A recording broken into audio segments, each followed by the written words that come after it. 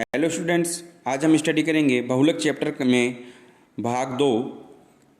इसमें जो हम आज पढ़ेंगे वो है टॉपिक संख्या औसत अनुभार क्या होता है, भार औसत अनुभार क्या होता है एवं बहुलक का अनुभार ज्ञात करने के लिए कौन कौन सी विधियां हैं।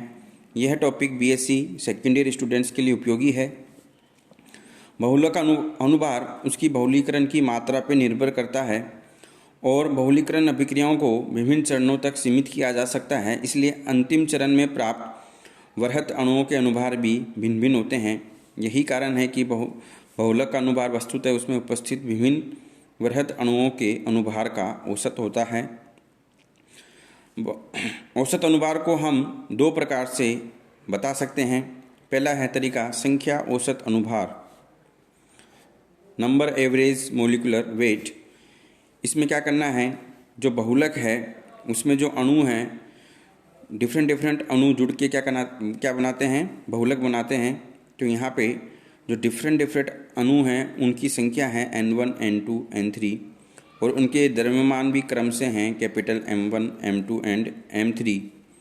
तो यहाँ पर जो है संख्या औसत अनुभार जो आएगा वो आएगा प्रत्येक अनुभार के सभी अणुओं को उनकी संख्या से गुणा कर जोड़ने पर सभी प्रकार के अणुओं के अनुभार का योग प्राप्त हो जाता है, जिसको अणुओं की कुल संख्या से विभाजित करते हैं।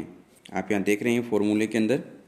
तो ये जो है संख्या औसत अनुभार है। एग्जाम्पल लेके चलते हैं। किसी बहुलक में दो अणु हैं और उसमें उनका द्रव्यमान क्या क्या है, 100 और 10,000। तो इसका जो है औसत जो संख्या औसत अनुभार होगा ये 100 प्लस 10,000 अपॉन 2, तो किसके इक्वल आएगा, 5,050 के। फिर सेकंड है भार औसत अनुभार। भार औसत अनुभार की गणना करने के लिए ये है ज्ञात होना आवश्यक है कि बहुलक के कुल अनुभार में प्रत्येक अणु के अनुभार का कितना योगदान है। डेट मीन्स जो बहुलक है उसका जो टोटल मोलिकुलर वेट है उसमें जो प्रत्येक अणु जो जुड़ के बहुलक बनाता है तो उस प्रत्येक अणु के अनुभार का कितना योगदान है। यदि किसी बहुलक के विभिन्न वृहत अणुओं के अनुभार जो हैं वो हैं capital M1, capital M2, capital M3 और उनके जो वेट हैं small m1, small m2, small m3 हैं, तो जो बहुलक का भार औसत अनुभार है उसका जो है मैथमेटिकल फॉर्मूला होगा वो निम्न होगा। ठीक है। और यहाँ पे जो है स्मॉल m की जगह आप पुट कर सकते हैं N1 into capital M1। N1 क्या है, N1 है यहाँ पर अणुओं की संख्या, जो समान अणुओं की अनुभार वाले अणुओं की संख्या है वो N1।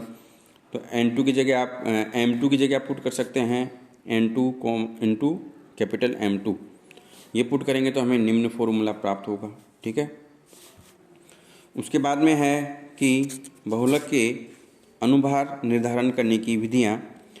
बहुलक के अनुभार निर्धारित करने की तो वैसे कई विधियाँ ज्ञात हैं, परंतु कुछ विधियाँ निम्न हैं। वो हैं परासरण दाब विधि, श्यानता विधि, प्रकाश प्रकीर्णन विधि एंड अवसादन विधि। इंग्लिश में है osmotic pressure method, viscosity method, light scattering method and sedimentation और ultracentrifugation method. First method हम देखते हैं श्यानता विधि, विस्कोसिटी विधि। इसमें क्या करना है, बहुलक के अनुभार निर्धारण की यह सरल तथा अत्यधिक प्रचलित विधि है। शुद्ध विलायक की श्यानता और हमें लेनी है बहुलक की विलयन की श्यानता। तो रिलेटिव विस्कोसिटी होती है, relative viscosity is equal to बहुलक के विलयन की श्यानता अपॉन शुद्ध विलायक की श्यानता। ठीक है। अब आपको रिलेटिव विस्कोसिटी से कैलकुलेट करना है स्पेसिफिक विस्कोसिटी। फिर स्पेसिफिक विस्कोसिटी से आपको डिफाइन करना है रिड्यूस विस्कोसिटी को, और फिर रिड्यूस विस्कोसिटी से आपको डिफाइन करना है इंट्रिंसिक विस्कोसिटी को। और इंट्रिंसिक विस्कोसिटी जो है उसको स्टॉडिंगर ने उसका जो संबंध है वो अनुभार से बता रखा है, बहुलक के अनुभार से। ठीक है। तो आप जो है इंट्रिंसिक विस्कोसिटी को अनुभार से जो संबंध बताया गया है वो कौन सी इक्वेशन है, स्टोनडिंगर की इक्वेशन है। तो अनुभार अगर आपको ज्ञात करना है तो बहुलक की आपको जो है इंट्रिंसिक विस्कोसिटी ज्ञात होना ज़रूरी है, और इंट्रिंसिक विस्कोसिटी हमें पता चलेगी रिड्यूस विस्कोसिटी से। और रिड्यूस विस्कोसिटी क्या होती है उसके लिए आपको दो चीज़ें समझनी पड़ेगी, रिलेटिव विस्कोसिटी क्या है और स्पेसिफिक विस्कोसिटी क्या है। तो रिलेटिव विस्कोसिटी होती है एक तो बहुलक के विलयन की सांद्रता और शुद्ध विलय की सांद्रता का अनुपात, और जब सांद्रता की आपेक्षिक वृद्धि को हम जो है स्पेसिफिक विस्कोसिटी कहते हैं। सांद्रता की आपेक्षिक वृद्धि को हम क्या कहते हैं, स्पेसिफिक विस्कोसिटी। कहने का मतलब है स्पेसिफिक विस्कोसिटी में कब प्राप्त होगी, जब आप रिलेटिव विस्कोसिटी में से एक को माइनस कर रहे हैं यहाँ पर, तो ये स्पेसिफिक विस्कोसिटी है। अब जो स्पेसिफिक विस्कोसिटी है उसमें जब हम सांद्रता का भाग लगाते हैं तो प्रति इकाई सांद्रता के लिए विशिष्ट सांद्रता को हम रिड्यूस विस्कोसिटी कहते हैं। ठीक है, तो रिड्यूस विस्कोसिटी क्या है, स्पेसिफिक विस्कोसिटी अपॉन कंसंट्रेशन, और यह बहुलक के अनुभार पर निर्भर करती है। अब आपको रिड्यूस विस्कोसिटी से इंट्रिंसिक विस्कोसिटी प्राप्त करनी है, तो उसमें क्या है, शून्य सांद्रता पे जब हम ग्राफ प्लॉट करेंगे, ये आप देख रहे हैं ग्राफ प्लॉट किया है रिड्यूस विस्कोसिटी का कंसंट्रेशन के सापेक्ष।